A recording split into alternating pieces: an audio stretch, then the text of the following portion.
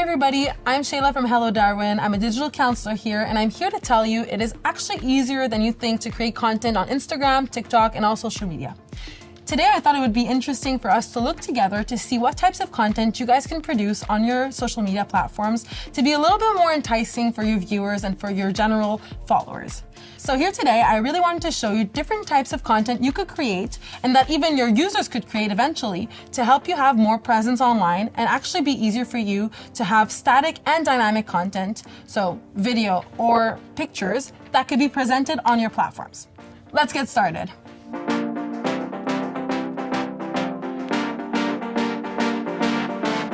Okay, so for ideas to boost your content and to have more ideas to what type of things you can put online, you should start with always putting out your product first. If you have a service, this could also be shown in pictures of people using your service or sort of interacting with something around your service. But the point here is really to put your products up front.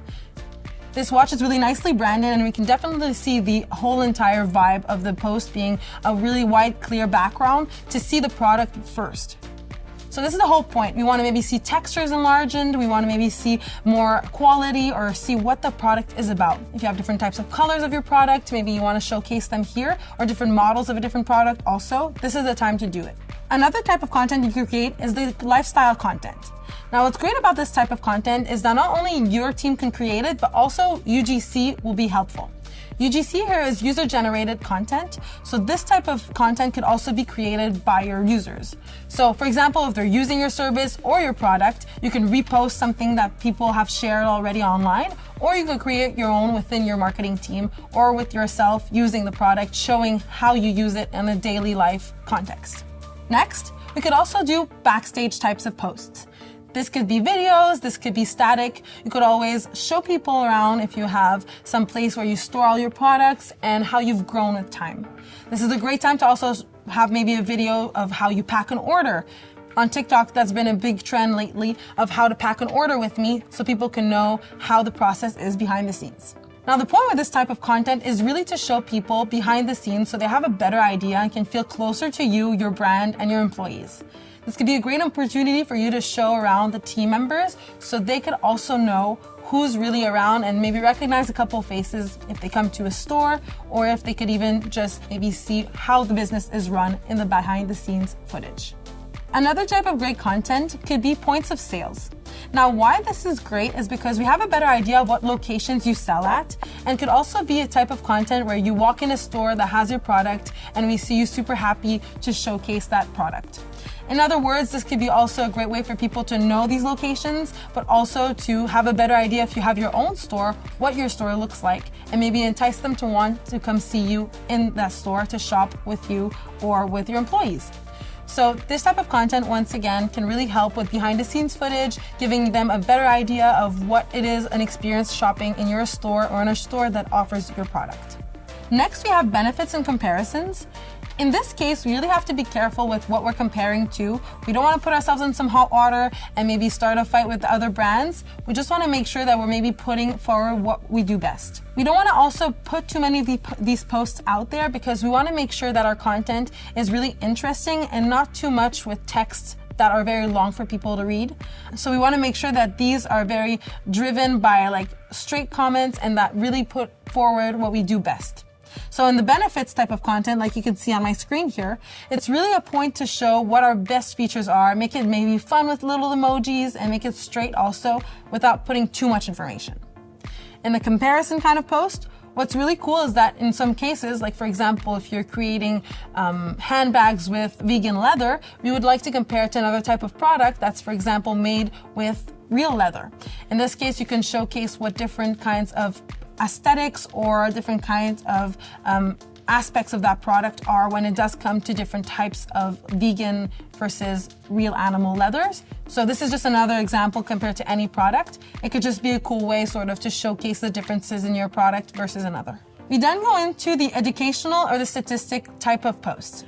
Now, once again, I wouldn't suggest putting too much written content on your Instagram feed just to make sure that it's like more branded and more straight. But this could be a great type of content to create once in a while to make sure you're passing the right information out there. Educational type of content is always fun to answer a specific type of question, or maybe if you have some sort of information you want to pass throughout your product. This could be a type of post, like you can see on my screen, of how you can do it in a static way. What I mean by static is maybe creating a nice visual, putting your question, and then writing in the answer within the post space. That being said, I wouldn't create too many of those posts. I would even maybe consider answering that question within a video type content, whether you're the owner, whether you're an employee in the department that this question answers to, so that it could be a little bit more dynamic and people could feel like they can relate to you and maybe answer you from that point on. Statistics type of content are very interesting. I would suggest two voices of this type of content.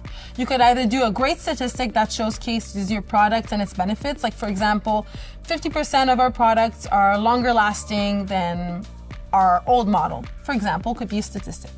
Another type of statistic is by using a shocking, revealing fact that your product is a solution to.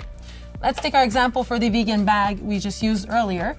It could, for example, be that 50% of animals are being used for these bags. And in our case, because our vegan leather is not using any animal produce, in this case, we're helping the situation. So this is a really funny example, but it gives you a way to see how your product is a solution to a shocking statistic or something people could feel related to. Another type of post is the packaging type of post. Now here, it's really relevant if you have a strong brand and if you're really related to the image that your brand has when you do sell your product or ship it worldwide. In this case, what I would suggest though is maybe even if you don't necessarily have a strong brand, but if you're working to building one, and if you're getting new ways to box it or maybe new types of products, and maybe you have a 50% more ecological packaging, I would mention it on my Instagram feed or even on my TikTok feed with the video. That being said, it's not necessarily the type of content you want to post too often either. Next, we can also see press relations be a type of content that is super interesting. Why? Especially because in this case, you're going to be able to talk about events you're participating to, maybe collaborations or partnerships you've had with other brands. And this is a great time to really showcase that and tell people all about it. You could always use this and showcase this in your stories, which are the bubble on the top left corner of your Instagram page, or you could always also put it in your stories that are longer lasting. So these are the bubbles that stay there for the time you decide them to be there. You could also put a post about this and even do maybe an interview with the person you're partnering with or collaborating with to talk more about this press type relationship content. Another great type of content is client reviews. Now this is super interesting to build more credibility to your brand and also to have maybe more of a confidence level within your product or your service. In this case, you could use a Google review you've gotten, a Facebook review, or even maybe somebody who's given you a really good comment that you asked for consent to publish on your Instagram post. In that case, you can paraphrase what they've said to you orally, and then you can post it in a really nice visual, even maybe take their feedback, and always tag them. Tagging is super important because that gets the person to chance to repurpose your content by resharing it to their platforms and maybe giving you more visibility than you already had because they have access to their followers and they can have more visibility for you. The next type of content is the research type of content. Now in this case, what's interesting is that the visual here is really cool because you can sort of make it your own, answer a really quick question that is asked by a lot of people maybe online, and sort of use a cool way to answer it with a product or a service being the solution. So this is funny, it could be cute, it could be sort of put in your way. In this case, we can see why humidifiers don't look very good, and then we give your product as a solution. So this is a great example if you want to maybe answer a research or some type of product that is highly looked for on Google, for example. The last types of posts I want to show you guys today are really related to dynamic posts. What I mean by this is that they're mostly related to video type of contents. So don't be shy, get yourself out there, and maybe have team members help you out with this because it could be super interesting to have these up on your TikTok feed or even your Instagram Reels. The first type of content you can create is the Q&A type of content. This is maybe going to happen likely if people are interacting with your content already and are maybe commenting or interacting, whether it's negative or positive, to your content you're already creating. In this case, you could have maybe a team member or yourself explain the answer to a question or explain maybe why your comment is so negative or positive, and how you could sort of turn it around. If you have a lot of responses around one comment, I would suggest you doing a whole video about that to sort of answer and debunk maybe some things that have been created online. Also, founder stories have known a lot of success on TikTok and Instagram Reels. Why? Because once again, people want to know more about you, your business, and feel closer to you. Immersing yourself in this kind of experience online is becoming the most trending fashion because that's what social media wants to do. They want you to spend more time there. So by giving your story, giving a piece of yourself and why you started this company could also be a great idea of content and be super easy for you to realize on your own, with or without a team, with your phone even, so that you can really explain to people why you've come so far and why you started the product or the business you have today. Another type of content is the how-to or DIY type of content. Now, if your product is new to the market, you maybe want to talk to people and tell them how to use it better. In that case, you can use it in the daily settings, show people how new ways to use it, or just also use it in funny, different ways. That being said, I would suggest that these kinds of videos could happen regularly so you could show often what the new videos or what the new products are or how to use these products in a daily setting. This could give great insight to people to maybe need your product or who don't know they need the product that they actually do. And once again, give them a little bit more enticement to getting to know what you actually do as a business and why your product could be useful to them.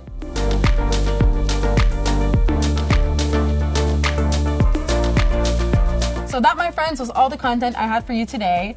It was a lot, but at least it got to help you guys to know what is interesting and what could be user-friendly for your followers.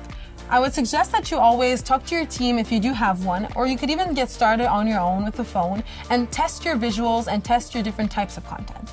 You could always use Instagram or TikTok's analytics to always check out to see if the returns are good.